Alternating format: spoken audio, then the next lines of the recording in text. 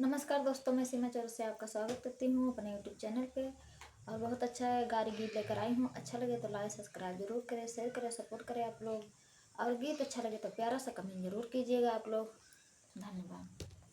दिल्ली सहारिया से लाई मंगाय हो, दिल्ली सहारिया से लाई मंगाय, यरियांगने मदी चितराई।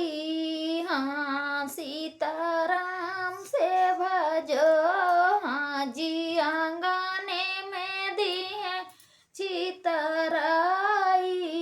हाँ सीताराम से भजो, दिल्ली सहारिया से लाई मंगाय हो, दिल्ली सहारिया से लाई मंगायो, यरियांगने मदिहा छितराई।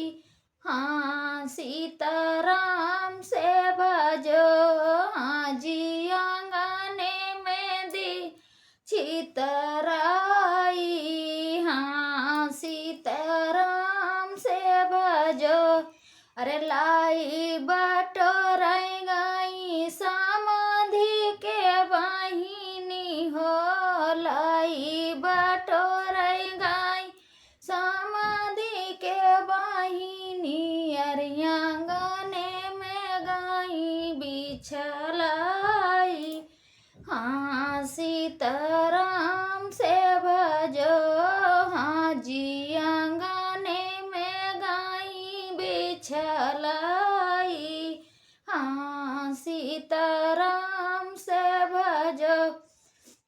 हमारी निभाइया हो दुल्हन के रासिया हो, हमारी निभाइया हो दुल्हन के रासिया, यार दौड़ी कैले हले उठाई। हाँ सीताराम से भजो, हाँ जी दौड़ी कैली हाले उठाई। हाँ सीताराम से भजो। रे उठाई बैठाई भैया अपने बगलिया हो, उठाई बैठाई भैया अपने बगलिया, यार चला चले धनिया महालिया। हाँ सीताराम से भजो, अरे चला चली हमारे महालिया। हाँ सीताराम से भजो।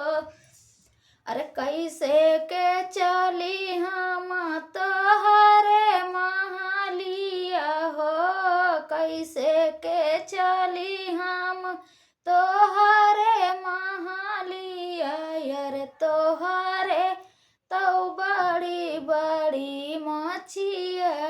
हाँ सीताराम से भजो, हाँ जी तोहरे तो बड़ी बड़ी मछिया। हाँ सीताराम से भजो। अरे हमारे निधन है बड़ी बड़ी मछिया हो, हमारे तो धन है बड़ी बड़ी मछिया, यार बानी जाती माई के पतोहिया। हाँ सीताराम से भजो, हाँ जीवानी जाती माई के पतोहिया। हाँ सीताराम से भजो। अरे दिल्ली सहारिया से लाई मंगाया हो, दिल्ली सहारिया से लाई मंगाया, यरियांगने में दिया चितराई। हाँ सीताराम से भजो। तो दोस्तों हमारा गीत कैसा लगा आप लोग को? और गीत अच्छा लगे तो प्यारा सा कमेंट जरूर कीजिएगा आप लोग। धन्यवाद।